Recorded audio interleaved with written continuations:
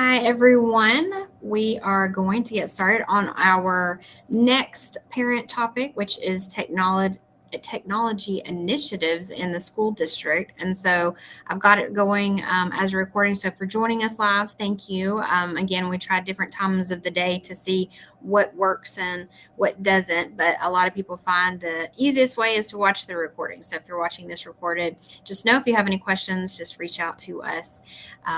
After you watch it. Also, if you're watching live, there will definitely be an opportunity for you guys to ask any questions along the way. So, the district put out this presentation. It is specific to middle and high school students for the most part. I will show you if there's any issues, differences between high school. I know when we get to the technology for cell phones, that is really middle school specific.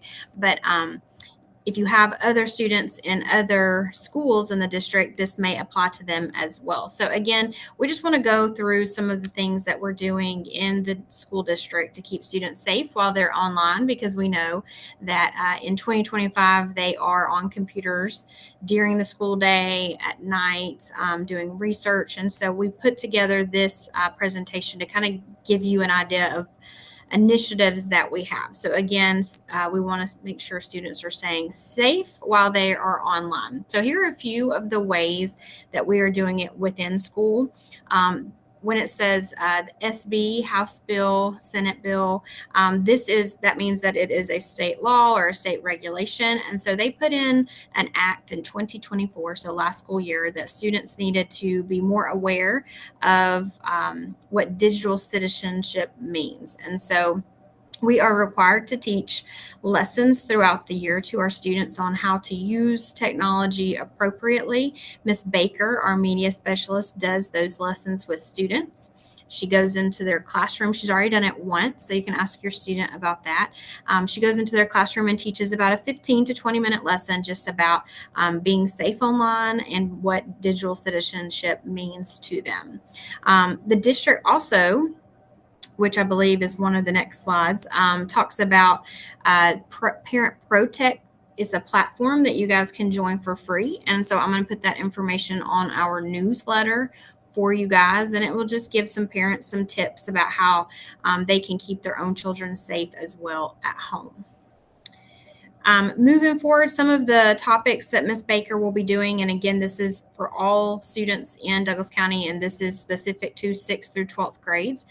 The topics are social media, which, a lot of our students are on, and then just information, the difference between disinformation and misinformation, sharing and the risk that comes with that. So sharing, whether it be personal information or pictures, that is one of the topics. And protecting privacy. So talking about cyberbullying, predatory behavior, and human trafficking. So those are some of the things Ms. Baker will be doing throughout this school year. This is what I mentioned just a second ago, the Parent Pro Tech for families. And so I will again provide this link. You can also scan this QR code, and it will provide you how to set up your own login for yourself. But it is free of charge. Some of the internet protections we have, so you may have heard your students talk about GoGuardian. That is one of the very specific software tools that we use every day, and our teachers use it in their classrooms every day. So GoGuardian will allow teachers to be able to see everything on a student's screen at all times. They can also use it to limit what websites they have access to. So let's say they only want students to be on ThinkCirca. They can put in the requirements and say ThinkCirca is the only program or website that they should be on, and it will only allow them to open that. So GoGuardian is very helpful. Of course, we have the standard firewalls and filtering that most computers have on the internet, but we do have that specific as well to help students not be able to access inappropriate content. I'm sure that you've heard about the distraction-free law that the state just came out with. And so basically what that means is we want that students have the ability to be at school and not be distracted. And so we started last school year with not allowing students to have cell phones, and then this came out, so it's kind of perfect timing. So it is a state law for all K through 8th grade students. So this is what I was saying. It's not specific to high school, but K through 8 in the state of Georgia, we have to have a plan on how we can ensure students are distraction free from their technology. And so the way we do that at Mason Creek is that all of their technology, so if they bring smartwatches or devices like cell phones or a tablet or headphones, all of those are stored in their locker during the day. So that way, during instructional time, they are not distracted. Of course, there may be some exceptions. We have students that may be diabetic and they have their monitoring device on their cell phones. Obviously, there are ways to ensure your student still has that technology if needed. This distraction free is only for this school day, so during instructional time. So if a student is going on a field trip or they're staying for a basketball game after school, they may be allowed to use their cell phones at that time. So if you need to reach your child, it's the same as it's been. This is not really a difference for Mason Creek, but perhaps in another school building. But we highly recommend parents just contact the front office and we can get whatever message to your student. So, and the same for students. If they need to contact their parent throughout the day, they have access to use the phone in the front office. So that's not new for us. One of the things that the district put out when the state required this law is some violations. Thankfully, I will tell you guys, at Mason Creek, we have very few violations on this. And so I don't think anybody has passed the second one, but this does allow for schools to take the device and have the parent pick them up. What we do with cell phones is we issue a citation, but like I said, we really have not had many repeat offenders because this is something we started last school year. So the big topic is AI, so artificial intelligence.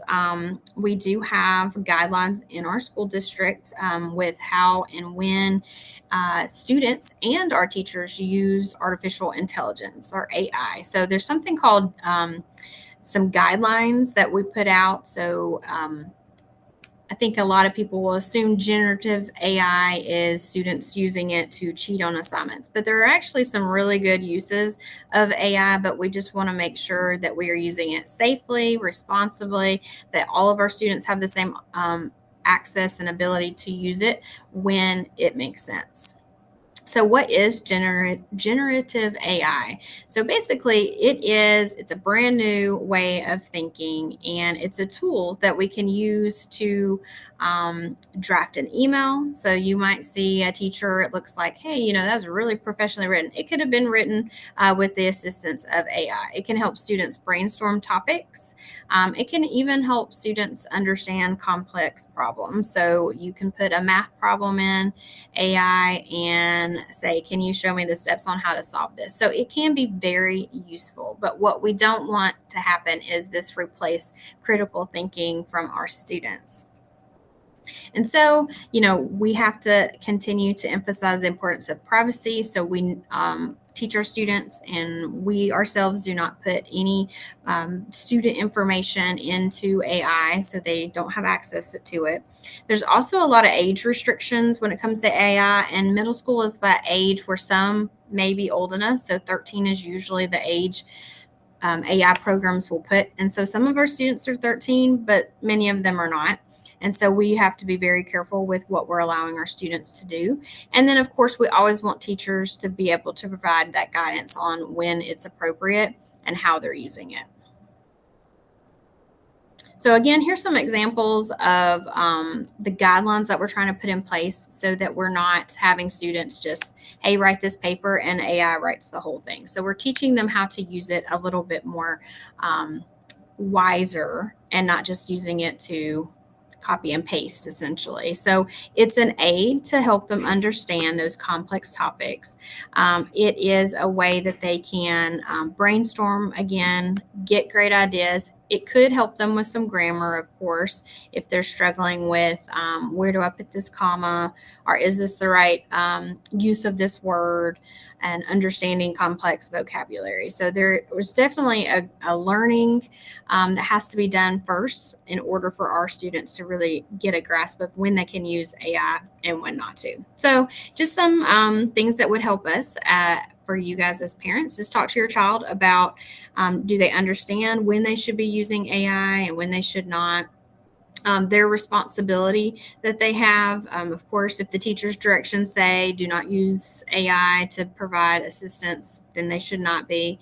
Encourage questions. So ask questions about, how do you guys use it? One of the things we have in ThinkCirca is we have an AI feedback assistance. And so a student can request feedback on their writing from AI, and that's built into ThinkCirca. So all students do have access to that. So that you could ask questions, how are you guys using the AI in ThinkCirca?